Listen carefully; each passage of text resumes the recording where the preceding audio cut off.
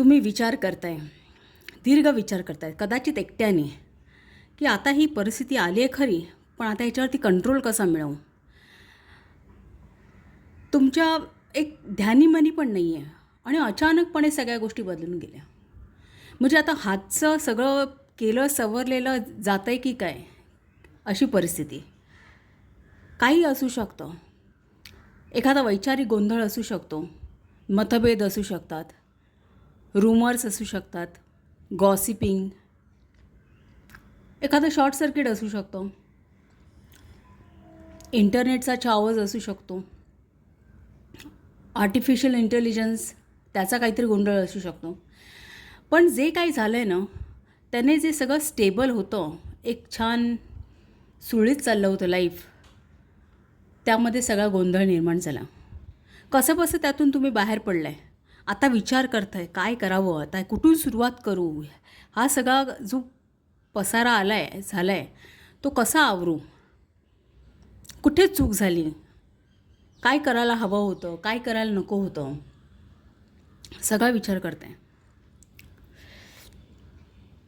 कुठे हेल्प मिळत नाही आहे. कदाचित डिसेप्शन पण असू शकतं, फसवणुकीची पण एनर्जी असू शकते इथे.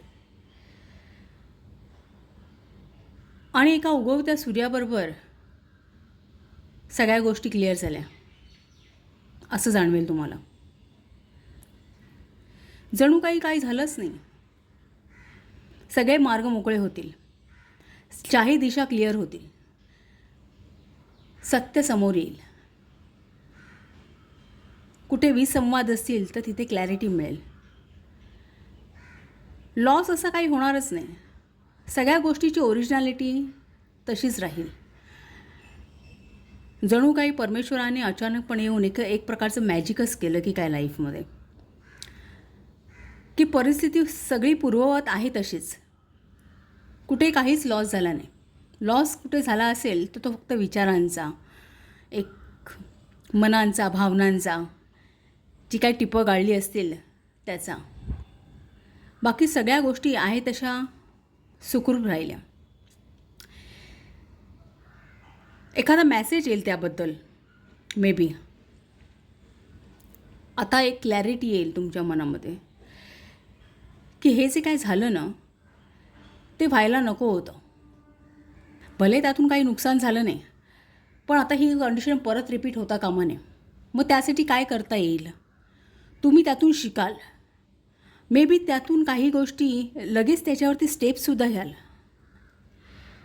पण आता कुठे तुमच्या जीवात जीव आलेला असेल, कारण एक प्रकारे परमेश्वराने तुम्हाला अलगदपणे एखाद्या फुलासारखं त्या कंडिशनमधून बाहेर काढलं. परमेश्वराचा वरदहस्त तुमच्यावरती आहे.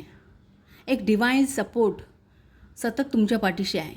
तो त्यावेळीसुद्धा होता जेव्हा तुम्ही दुःख करत होता. परमेश्वर तुम्हाला सांगत होता, अरे नाही काय बिघडलं, मी आहे तुझ्या पाठीशी. सगळा पूर्ण इमोशनल सपोर्ट तुमच्यासोबत होता. पण तुमचं लक्ष नव्हतं. तुम्ही त्या विचारात होता. हे झालेलं नुकसान कसं निस्तरायचं ह्याचा विचार करत होता. आता सगळ्या गोष्टीची क्लॅरिटी आहे.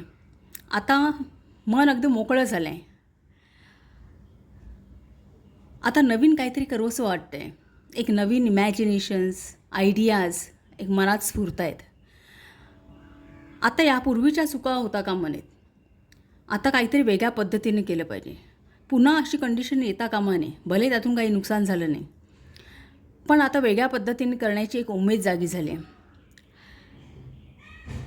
आज मन खूप एक प्रसन्न आहे. नवीन काय करूसं वाटतं आहे. कुठलंही असेल, कुठल्याही क्षेत्रात असू दे, वर्किंग लेवलला असेल, करिअरमध्ये असेल, रिलेशनशिपमध्ये असू दे, काहीतरी नवीन घडवण्याची इच्छा आहे, मनात स्फूर्ती आहे, एक नवीन इन्स्पिरेशन आहे. आजचा दिवस खूप छान आहे. थँक्यू.